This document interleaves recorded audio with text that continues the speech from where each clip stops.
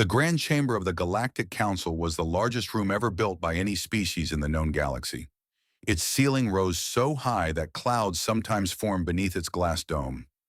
Thousands of seats arranged in circular rows looked down upon a central platform where the fate of civilizations was decided. Today, 47 species had gathered to witness what they believed would be a simple matter: the subjugation of humanity. High Chancellor Vorith of the Thessari Collective stood at the central podium. His tall, thin body was covered in silver scales that caught the light as he moved. His four eyes scanned the chamber with satisfaction. Behind him, a holographic display showed a small blue planet orbiting an unremarkable yellow star. Earth, home to the youngest spacefaring species in the galaxy, and soon, the newest protectorate under Council control. The Council has reached a unanimous decision, Vorith announced. His voice echoed through the chamber, translated instantly into hundreds of languages. The species known as humanity has demonstrated aggressive expansion into unclaimed systems.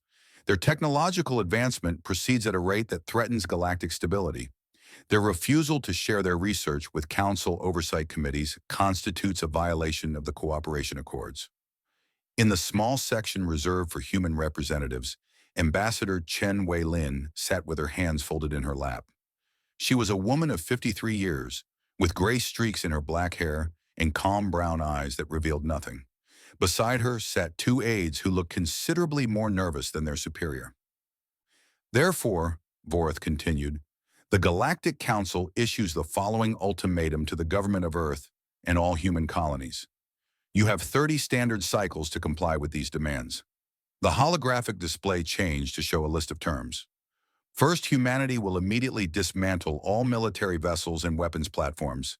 Second, humanity will surrender governance of their solar system and all colony worlds to Council administration. Third, humanity will accept protectorate status under the guidance of the Velthari Dominion.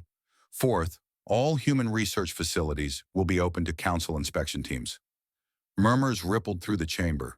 Several representatives from older species nodded with approval. The Velthari section, occupied by tall beings with dark purple skin and four arms, watched with obvious satisfaction. They had served as the Council's military enforcers for 3,000 years. Adding another protectorate to their collection would increase their power considerably. Failure to comply, Vorith said, his voice dropping to a threatening tone, will result in military action to enforce these terms. The Council fleet stands ready. We hope humanity will choose the path of wisdom. He turned to face the human delegation directly. Ambassador Chen, you may transmit this ultimatum to your government. Do you have any initial response? Every eye in the chamber turned to the small human woman. Many expected tears. Others expected angry protests. A few expected desperate attempts at negotiation. What none of them expected was what actually happened. Ambassador Chen stood slowly. She straightened her formal jacket and walked to the speaking platform with unhurried steps. When she reached the podium, she looked up at the thousands of representatives watching her. Then she smiled. It was not a nervous smile or a diplomatic smile, or even a defiant smile. It was the smile of someone who knew something that no one else in the room knew. It was the smile of someone who had been waiting for this moment for a very long time. Thank you, High Chancellor, she said. Her voice was pleasant and calm. I will transmit this ultimatum to Earth immediately. I am certain my government will wish to respond formally. May I request a session in 3 cycles to deliver our answer? Vorith's scales shifted color slightly, indicating confusion. This was not the reaction he had anticipated. You do not wish to negotiate the terms? He asked. Not at this time, Chen replied. I believe Earth will want to respond to your generous offer in full. 3 cycles will be sufficient. Very well, Vorith said slowly. This council will reconvene in 3 cycles to receive humanity's response. As the chamber began to empty, Commander Zorath of the Velthari Dominion made his way down to the speaking platform. He was an imposing figure, standing nearly 3 meters tall with muscles that rippled beneath his purple skin. His forearms were crossed in a gesture of contempt as he approached the human ambassador. You seem remarkably calm for someone whose species just received a death sentence, he said. Chen looked up at him without any sign of fear. Do I? She said. I suppose I do. Perhaps I simply trust that the Council knows what it is doing. We do, Zorath said. I have studied your species, Ambassador. Your military forces are pathetic. A few hundred ships that barely qualify as warships. Defensive platforms that my fleet could destroy in hours. You have no allies, no experience in galactic warfare, and no hope of resistance. You may be right, Chen said. I am right, Zorath replied. I have conquered 12 species for the Council. Not one of them smiled when they received their ultimatum. You humans are either very brave or very stupid. Perhaps both, Chen said pleasantly. If you will excuse me, Commander, I have a message to deliver to Earth. She walked past him and out of the chamber, her two aides hurrying to keep up. Zorath watched her go with narrowed eyes. Something about her manner disturbed him in a way he could not quite identify.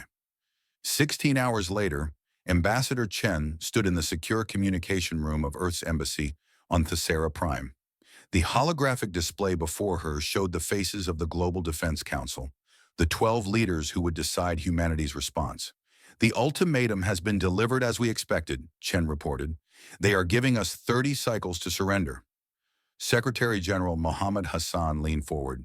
He was an elderly man with white hair and sharp eyes that had seen humanity through first contact and every crisis since. And their demeanor? He asked. Arrogant, Chen replied. Completely confident. The Velthari commander told me personally that they have studied our military capabilities. He believes this will be a simple subjugation. Good, Hassan said. That means our deception has held. Around the virtual table, the other council members nodded. General Marcus Okonkwo, commander of Earth military forces, pulled up a classified file on his display. Project Quiet Thunder is ready, he said. Has been for 6 years now.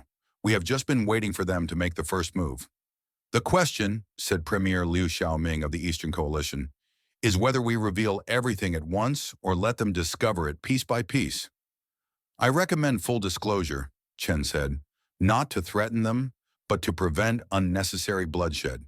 If they understand what they are actually facing, the more reasonable species may choose not to fight. And the Velthari? Asked President Amara Osei of the African Union. They will fight regardless, Sun Chen said. Commander Zorath is not the type to accept humiliation peacefully, but if we handle this correctly, they will be alone when they do. Hassan looked around the virtual table. Then we proceed as planned. Ambassador Chen, you will deliver our response in 3 cycles. Full disclosure of Project Quiet Thunder and our capabilities, followed by our counteroffer. The counteroffer will confuse them more than the military revelation, Chen observed. That is precisely the point, Hassan replied. 60 years ago, when we made first contact, we saw what the Council truly was. We watched them absorb species after species into their protectorate system. We watched those species lose everything that made them unique. We decided then that we would never allow that to happen to humanity. And we decided, General Okonkwo added, that we would not become what we hated. When this moment came, we would have the power to destroy them, but we would choose a different path. Chen nodded.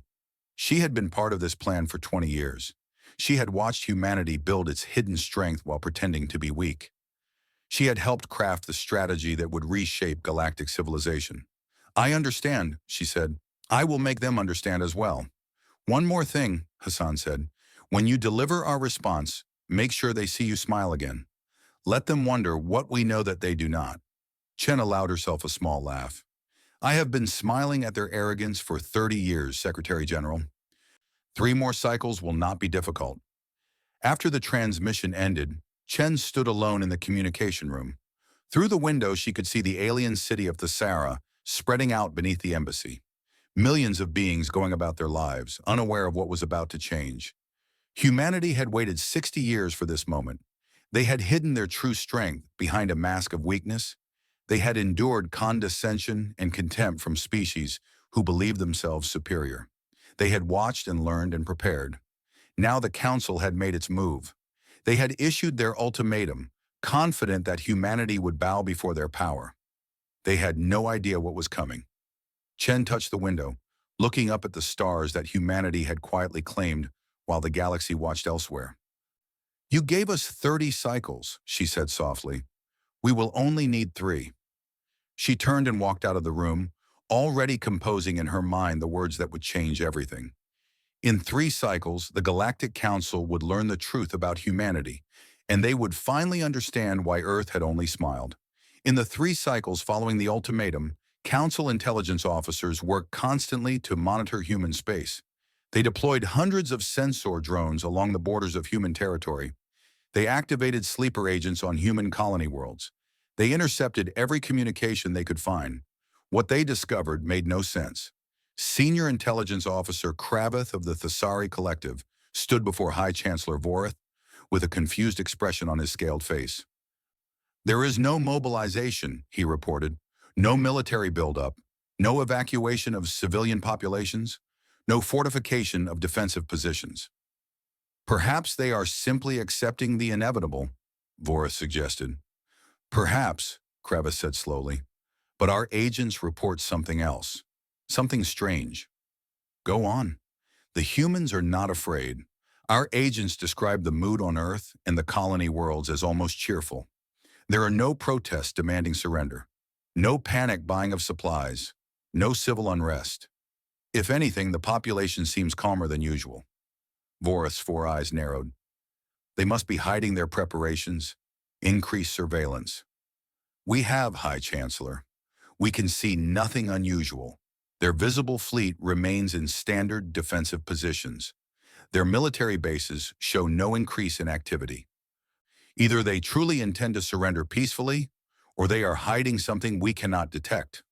"That is impossible," Vorith said. "Our sensor technology is the most advanced in the galaxy. Nothing can be hidden from us." "Yes, High Chancellor," Kravith agreed, but doubt lingered in his voice. Across the galaxy, in a classified facility buried deep beneath the ice of Europa, General Marcus Okonkwo walked through corridors that officially did not exist. The facility was one of 17 hidden installations scattered throughout human space. Each one had been built using technology that the Council could not detect. Each one contained secrets that would reshape galactic understanding of what humanity truly was. "Status report," Okonkwo said as he entered the Central Command Center. Admiral Yuki Tanaka looked up from her holographic display.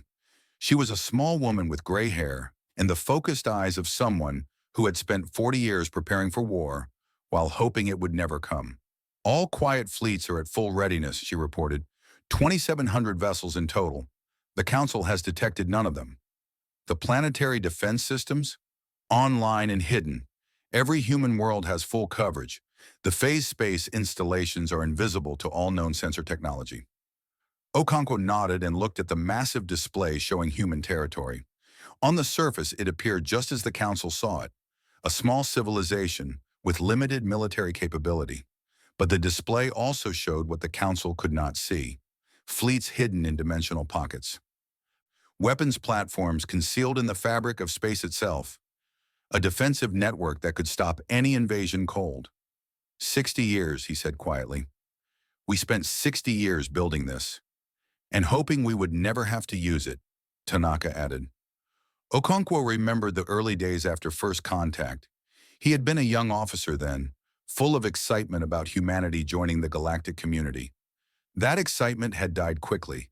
The Galactic Council had seemed welcoming at first. They offered trade agreements, cultural exchanges, and promises of mutual benefit. But humanity's intelligence services had looked deeper. They had discovered the truth about the protectorate system. It always started the same way. A young species would be identified as a potential threat. The Council would issue demands designed to be rejected. Then the Velthari would arrive with their fleets, and another civilization would lose its freedom. The protectorate species were not enslaved in obvious ways. They were simply managed. Their governments answered to Council advisors. Their economies served Council interests. Their cultures were slowly homogenized into acceptable forms. Within a few generations, they forgot what it meant to be free. Humanity had watched this happen to 3 species in their first 2 decades of contact. The Kathrani, a peaceful people who had simply wanted to trade with their neighbors. The Morvash, brilliant scientists who had developed technology the Council wanted to control. The Silvari, whose only crime was occupying territory that the Velthari wanted. Each time the pattern was the same: ultimatum, refusal, conquest, absorption. Earth's leaders had gathered in secret to discuss what they had learned. The meeting had lasted for 3 days. The conclusion had been unanimous. Humanity would not be next. The plan they developed was ambitious beyond anything attempted in galactic history. They would appear to be exactly what the Council expected, a young, naive species with limited capabilities. They would cooperate with Council oversight. They would share some of their research. They would seem grateful for the opportunity to join galactic civilization. And in secret, they would prepare for the day when the Council decided that humanity had become too successful to remain independent. Project Quiet Thunder had begun with a single research facility hidden in the asteroid belt. It had grown into a civilization-spanning effort involving millions of people, all sworn to secrecy, all working toward a single goal, ensuring that humanity would never bow to anyone. The breakthrough came 15 years after first contact. A deep space exploration vessel had discovered something in the outer reaches of human territory. The ruins of an ancient civilization, dead for at least 1 million years. The precursors, as humanity came to call them, had left behind technology that made Council science look primitive. It had taken 40 years to reverse engineer even a fraction of what the precursors had created. But that fraction was enough. Phase space technology allowed ships and installations to exist partially outside normal space, invisible to any known sensors. Quantum-locked weapons could disable enemy vessels without destroying them. Shield systems could absorb enough firepower to survive the concentrated assault of an entire Council fleet. Humanity had built all of this while pretending to be weak. Every diplomatic mission had also been an intelligence operation. Every human tourist visiting Council space had been gathering information. Every trade negotiation had included hidden observers studying Council technology and tactics. The Council thought they were watching humanity. In reality, humanity had been watching them. "The ambassador's presentation is ready," Tanaka reported. "Full disclosure of our capabilities, followed by our counteroffer." "The counteroffer will be the hard part," Okonkwo said. "Anyone can threaten destruction. Offering mercy will require more courage." "Do you think they will understand?" Okonkwo thought about the question carefully. "Some will," he said finally. "There are species in the Council who are tired of Elthari dominance, species who remember what it was like to be free. If we offer them a better way, they may take it. And those who do not, we will deal with them as humanely as possible. Our goal is not to become the new oppressors. Our goal is to end oppression entirely." Tanaka nodded. She had helped design the non-lethal weapons that would make this possible. Devices that could disable ships without killing crews. Systems that could neutralize soldiers without causing permanent harm. Humanity had spent as much effort on minimizing casualties as they had on maximizing firepower. "The Velthari will not surrender," she observed. "Commander Zorath has never accepted defeat. He would rather die than admit he was wrong." "Then we will have to make sure he survives to learn a different lesson," Okonkwo replied. "Killing him would make him a martyr. Sparing him might eventually make him understand." He looked at the display one more time. In less than 48 hours, Ambassador Chen would reveal everything to the Council. The galaxy would learn that the species they had dismissed as weak and primitive was actually the most powerful civilization they had ever encountered. The question was what humanity would do with that power. They had spent 60 years preparing for war. Now they would try to prevent one. "Send a message to Ambassador Chen," Okonkwo said. "Tell her we are ready. Whatever she needs, whatever happens, Earth stands behind her."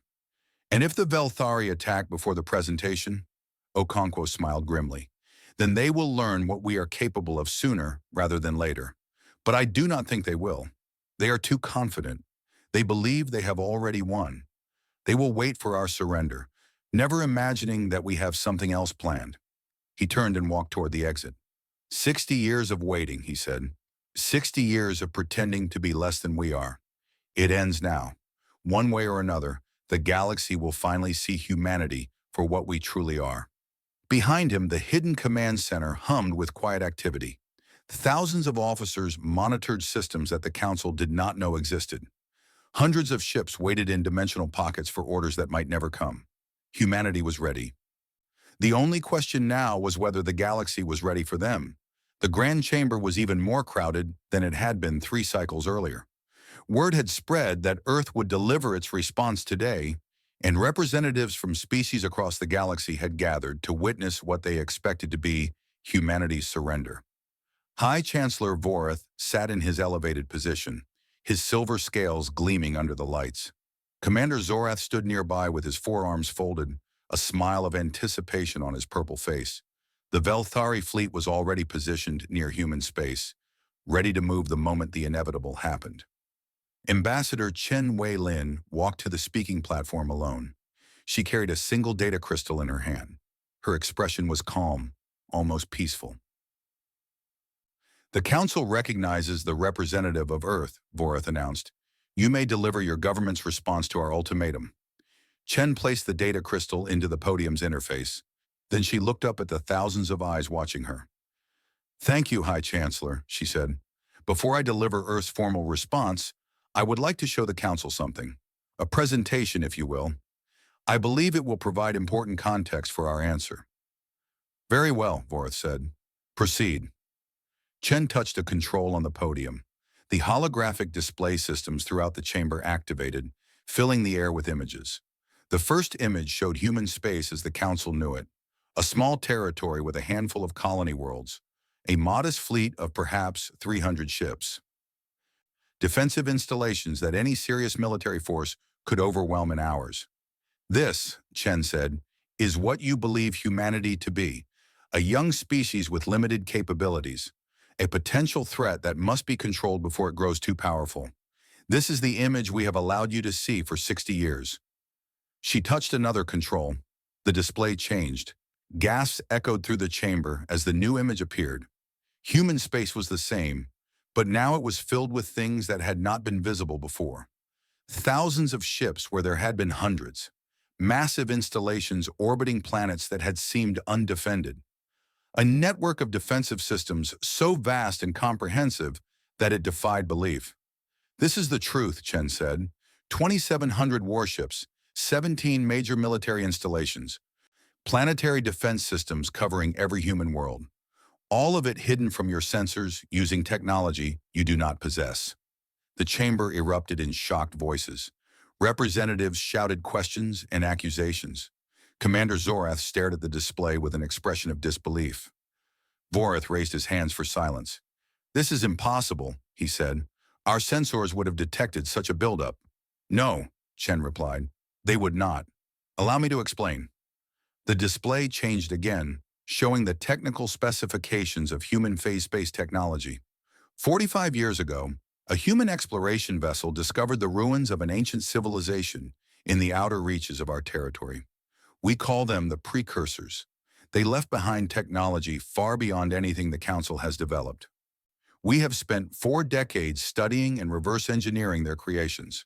She highlighted specific systems. Phase space concealment allows our ships and installations to exist partially outside normal space-time. Your sensors cannot detect them because they are not entirely present in the dimension your sensors can observe. Quantum-locked weapons can disable enemy vessels without destroying them. Our shields can absorb firepower that would vaporize any Council ship. Chen paused to let the information sink in. I tell you this not to threaten you, she continued. I tell you this to prevent unnecessary death. If you attack us, you will lose. Not because we are aggressive or warlike, but because we have prepared for this moment since we first understood what the Council truly was. Vorath's scales had turned a pale color, indicating shock. You have been deceiving us, he said, for 60 years. Yes, Chen admitted freely. We watched you absorb the Kithrani. We watched you subjugate the Morvash. We watched you destroy the Silvari independence. We decided that we would not be next. So we pretended to be weak while building our true strength in secret. Why reveal this now? Demanded Commander Zorath. His voice was harsh with anger. If you have such power, why not simply destroy us? Chen turned to face him directly. Because that is not what we want. The chamber fell silent. Humanity did not build this military capability to conquer the galaxy, Chen said.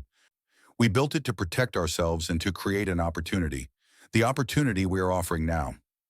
The display changed to show a document written in the common galactic language.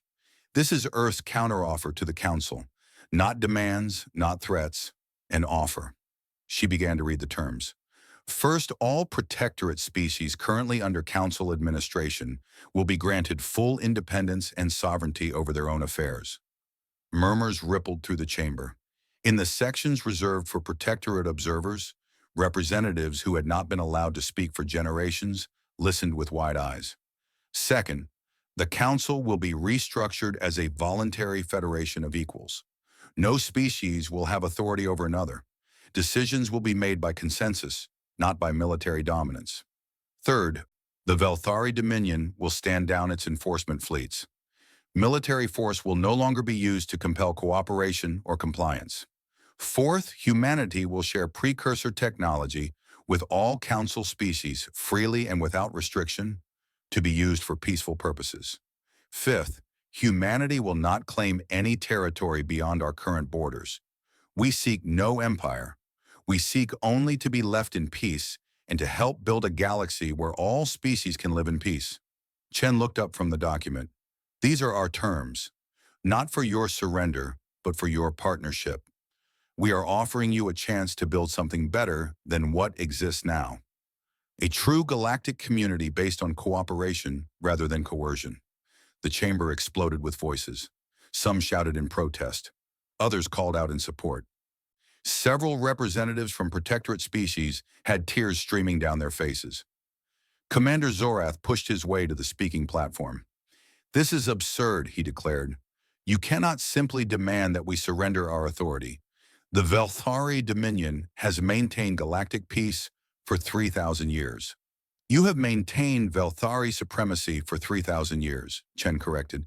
Peace is what people experience when they are free to make their own choices. What you call peace is simply the absence of resistance to your control. And if we refuse your offer?" Zorath demanded. Chen met his gaze steadily. "Then we will defend ourselves. But I hope you understand what that would mean.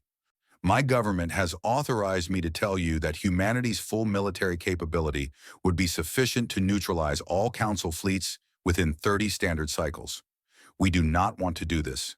We would rather build than destroy, but we will not allow ourselves or any other species to be subjugated by the Council." "You are bluffing," Zorath said. "No species has the power you describe." "You are welcome to test that theory," Chen replied. "But I would ask you to consider how many of your people would die before you realize we are telling the truth." High Chancellor Voris spoke carefully. "Ambassador Chen, what you are proposing would require a complete transformation of galactic society. Systems that have existed for millennia would have to change. Many species have built their entire civilizations around the current order." "Yes," Chen agreed. "Change is difficult, but the current order is based on fear and oppression. We are offering something better.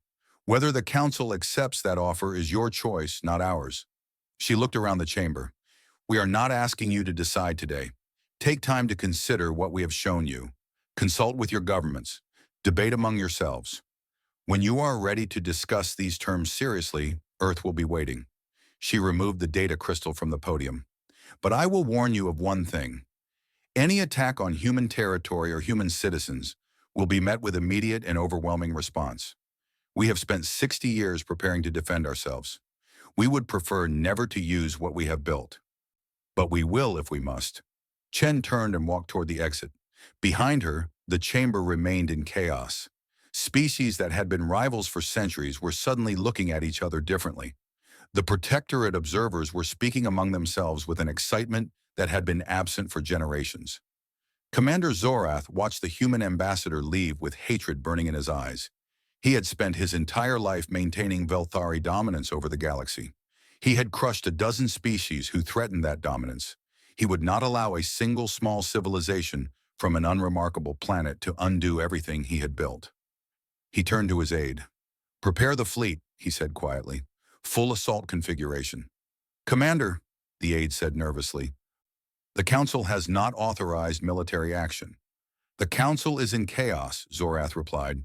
"By the time they reach a decision, humanity will have spread their poison throughout the galaxy. We must act now, while there is still time. But their capabilities are lies," Zorath said firmly. "Holograms and deceptions designed to frighten weak species into submission. No civilization so young could possibly possess such technology. We will call their bluff, And when we do, humanity will learn what happens to those who dare to challenge the Dominion. He strode out of the chamber, already composing orders in his mind. Humanity had made its offer. Now the galaxy would decide whether to accept it. And Commander Zorath had already made his choice. The debate in the council chamber continued for hours after Ambassador Chen left. High Chancellor Vorath tried to maintain order, but the usual protocols had broken down completely. Species that normally sat in silent acceptance were now demanding to be heard. Representatives who had never spoken in public were shouting from their seats. In the section reserved for Protectorate observers, a Kathrani delegate named Sereth stood on her chair to be seen. Her people had been under council control for over 200 years. 3 generations had grown up knowing nothing but submission. "We support Earth's proposal," she called out. Her voice was trembling but determined. The Kathranti wished to be free again. Beside her, a Morvash scientist named Korveth raised his 4-fingered hand. "The Morvash stand with the Kathrani. We remember what we were before the Council took our independence. We want to be that again." Throughout the chamber, similar voices rose from species who had been silent for too long. The Silvari, the Brenathi, the small, quiet civilizations that the Velthari had absorbed over 3,000 years of expansion. They had heard Earth's offer, and for the first time in generations, they had hope. But not everyone agreed. Ambassador Threxis of the Norathi hegemony slammed his massive fist on his console. "This is madness," he declared. "We cannot allow a single young species to overturn the established order. The council system has maintained stability for millennia. Would you throw that away based on the promises of primitives?" "Stability for whom?" Sereth challenged. "For the Velthari? For species powerful enough to take what they want? What about the rest of us?" "Your people were failing before the council took guardianship," Threxis shot back. "You should be grateful." "We were not failing. We were simply different. That was enough for the council to decide we needed to be controlled." The argument continued while High Chancellor Vorath tried unsuccessfully to restore order. Meanwhile, far from the chamber, Commander Zorath was executing his own plan. The Velthari fleet had been positioned near human space since the ultimatum was delivered. 1,200 warships, the largest military force in the galaxy. They had been waiting to accept humanity's surrender. Now they had different orders. "All vessels report ready," his second-in-command reported. "We can commence attack on your order." Zorath stood on the bridge of his flagship, the Dominant Will. Through the viewport, he could see the swirling colors of hyperspace as the fleet traveled toward Earth. "The Council did not authorize this action," his second reminded him cautiously. "The Council is paralyzed by indecision," Zorath replied. "By the time they find the courage to act, humanity will have convinced half the galaxy to rebel. We must crush them now, decisively, before their infection spreads further." "What about their claimed capabilities? If their technology is truly as advanced as they say—" "It is not," Zorath said firmly. "Think about it logically. They are 60 years old as a spacefaring species. We have been exploring the stars for 30,000 years. They cannot possibly have developed weapons superior to ours in such a short time. The precursor ruins are a fiction, a lie designed to intimidate us. The precursors are a myth, and even if they existed, no species could reverse engineer their technology so quickly. Humanity is bluffing, and I intend to call that bluff." His second fell silent, but doubt remained in his eyes. On Earth, alarms sounded in the hidden command center beneath Europa. "Velthari fleet detected," Admiral Tanaka reported. 1,200 vessels on approach vector. They will reach Earth space in 4 hours. General Okonkwo studied the display with calm eyes. "They are coming faster than we expected," he observed. "Zorath must have acted without council authorization. Should we alert Ambassador Chen?" "She already knows. The question is how we respond." Secretary General Hassan's face appeared on a communication screen. "The full defensive option is authorized," he said. "But remember our principles. Minimum casualties. We want to defeat them, not massacre them." "Understood," Okonkwo replied. He turned to Tanaka. "Activate all quiet fleets, bring the phase space installations online, and prepare the pacification protocol." "All of it?" "All of it. Zorath wants to see what humanity can do. We will show him." Across human space, Ships that did not exist began to appear. They emerged from dimensional pockets like ghosts materializing from thin air. Small vessels and massive dreadnoughts. Carriers loaded with thousands of fighter craft. Battleships armed with weapons that operated on principles the Council had never imagined. The planetary defense grid activated, invisible platforms coming online around every human world. Shield generators powerful enough to protect entire continents. Weapons capable of reaching across solar systems to strike targets with perfect precision. And something else. Something that had never been used before. The pacification protocol was humanity's greatest achievement. It was not a weapon designed to kill. It was a weapon designed to end fights without killing. Quantum-locked beam projectors could disable every system on an enemy ship simultaneously. Neural dampening fields could render entire crews unconscious without causing permanent harm. Gravity manipulators could hold thousands of vessels motionless in space. It was the ultimate expression of humanity's philosophy: power without cruelty, victory without massacre. The Velthari fleet emerged from hyperspace at the edge of Earth's solar system. Commander Zorath expected to see a desperate defense forming. A few hundred ships trying to protect their homeworld. Civilian vessels fleeing in panic. What he saw instead made him freeze. Surrounding his fleet on all sides were human vessels that had appeared from nowhere. Not hundreds, thousands. They materialized in perfect formation, their weapons already trained on the Velthari ships. "Impossible," his second whispered. For a long moment, no one moved.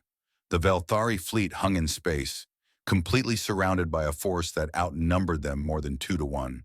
Then a communication request appeared on Zorath's display. He accepted it, and Ambassador Chen's face appeared on his screen. She was no longer smiling. "Commander Zorath," she said, "you have entered human territory without authorization. Your fleet is surrounded. Your weapons are outmatched. You have exactly one opportunity to withdraw peacefully." "You cannot threaten me," Zorath said, but his voice had lost its confidence. "The Dominion does not surrender." "I am not asking you to surrender," Chen replied. "I am asking you to leave. If you withdraw now, no one has to die.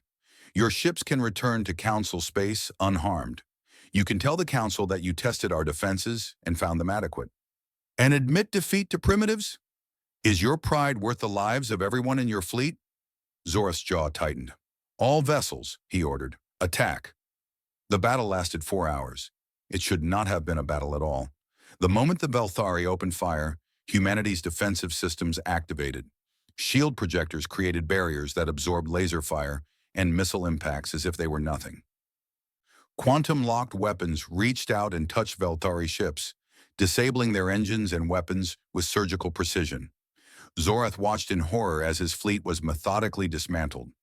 Ships that had conquered a dozen civilizations were rendered helpless in seconds. Crews that had never known defeat found themselves drifting in disabled vessels, their weapons dark, their engines cold, and no one died. The human forces did not fire a single lethal shot. They did not target life support systems or bridge sections. They disabled and captured over and over with a precision that should have been impossible. By the time it was over, the entire Velthari armada was floating motionless in space. 1,200 warships completely neutralized, 0 human casualties, fewer than 50 Velthari injured, and those only from accidents during the chaos. Commander Zorath stood on his dark bridge, surrounded by silent officers. His ship had been among the last to fall. He had watched everything he believed in crumble around him. A transport ship approached the dominant will. Human soldiers in advanced combat armor entered the bridge. They moved with professional efficiency, securing the area without violence. A young human officer approached Zorath. "Commander Zorath, you are now a prisoner of Earth. You will be treated with dignity and respect. Your crew will receive medical attention for any injuries. No one will be harmed."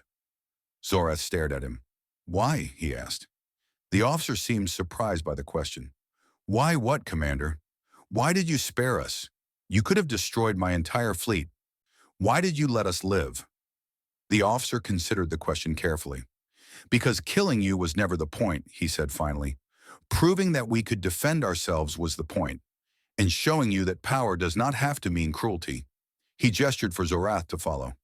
"Come, Commander. You have much to learn about humanity. I think you will find us different from what you expected." Zorath allowed himself to be led away. Around him, Velthari soldiers were being escorted to holding areas with professional courtesy.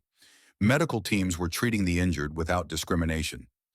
Everything he had believed about humanity was wrong, and somehow that was the most frightening thing of all. News of the battle spread across the galaxy faster than any ship could travel. Within hours, every species in the Council knew what had happened. The mighty Velthari Dominion, undefeated for 3,000 years, had been completely neutralized by the species they had dismissed as primitive, and not a single enemy soldier had been killed in the process. The council chamber erupted into chaos unlike anything in its history. Representatives shouted accusations and demands. The Velthari delegation sat in stunned silence, unable to process what had happened to their fleet. The Protectorate species, sensing the shift in power, grew bolder by the minute. High Chancellor Vorith tried repeatedly to restore order. Eventually, he simply gave up and let the chaos run its course. In the Protectorate section, Sereth of the Kathrani stood on her chair again. "The Velthari attacked without council authorization," she announced. "They violated galactic law. They attempted to destroy a peaceful species, and they failed completely. I move that the council formally condemn the Dominion's actions and accept Earth's proposal for restructuring." "Seconded," called Corveth of the Morvash. "Thirded," added a Silvari delegate. One by one, voices rose from species that had been silent for generations, species that had watched the Velthari dominate the galaxy for millennia, species that had accepted subjugation because they believed resistance was impossible. Now they saw a different path. Ambassador Threxus of the Narathi stood in opposition. "This changes nothing," he insisted. "Humanity has shown themselves to be a military threat. All the more reason to unite against them." "Unite with what?" Sereth asked. "The Velthari fleet is captured. Who else will fight?" "The Narathi? Your military is 1/10 the size of what the Dominion sent, and they were defeated without effort." "Humanity will not stop with the Velthari," Threxus warned. "Once they have tasted power, they will want more. They will become the new oppressors." "Then why did they not destroy the Velthari fleet when they had the chance?" Corveth asked. "Why did they spare every life? Why are they offering to share their technology freely?" These are not the actions of would-be conquerors. The debate continued for hours, but gradually the tide became clear. Too many species had suffered too long under the current system. Earth's demonstration of power combined with mercy had shown them something they had never imagined possible: a way to be strong without being cruel. By the end of the session, the Council had voted to accept Earth's proposal in principle. The details would take months to negotiate, but the fundamental change had already occurred. The Galactic Council would become a true federation of equals. The Protectorate system would be abolished, and humanity would share its technology with every species willing to use it peacefully. On Earth, the news was received with quiet satisfaction rather than celebration. General Okonkwo watched the Council vote from the command center beneath Europa. "We did it," Admiral Tanaka said. 60 years of preparation, and we actually did it." "The hard part is just beginning," Okonkwo replied. "Anyone can win a war. Building a lasting peace is much more difficult." "Do you think they will really change?" "Some will. Some will resist. Some will pretend to change while plotting to restore the old order. We will have to be patient and persistent for a very long time." He turned away from the display. "But that is a problem for tomorrow. Today, we can allow ourselves a moment of pride. We faced the most powerful military force in the galaxy and defeated them without becoming monsters ourselves. That is worth something." In a holding facility on Luna, Commander Zorath sat in a comfortable cell that was nothing like the prisons he had sent others to. The room had a proper bed, clean water, and windows showing the Earth hanging in the black sky. Guards brought him food that was not designed to humiliate. Medical staff checked on his health without treating him like an animal. It was the kindness that disturbed him most. A human guard entered the cell. Zorath had learned that her name was Sarah Chen, a distant relative of the ambassador. She was young, perhaps 25 by human years, with dark hair and calm eyes. "The Council has voted," she told him. "They accepted Earth's proposal. The Velthari Dominion will be restructured as an equal member of the new Federation. Your people will not be punished collectively for your actions. Zorath said nothing for a long moment. Why? He asked finally. It was the same question he had asked when captured, and he still did not understand the answer. Why? What specifically? Why all of it? Why did you spare my fleet? Why are you treating me with dignity? Why are you not taking revenge for the species we conquered? I do not understand your behavior. Sarah considered the question carefully before answering. Do you know the history of my species, Commander? I know you are young, primitive, aggressive. Aggressive, yes. We have been very aggressive throughout our history. We have fought wars over territory, over resources, over ideas that seem meaningless now. We have committed terrible acts against each other. We have enslaved and oppressed and destroyed. She sat down on a chair across from him. But we also learned from our mistakes. Slowly, painfully over thousands of years, we learned that there are better ways to live. We learned that strength does not have to mean cruelty, that power does not have to mean oppression, that victory does not have to mean the destruction of your enemies.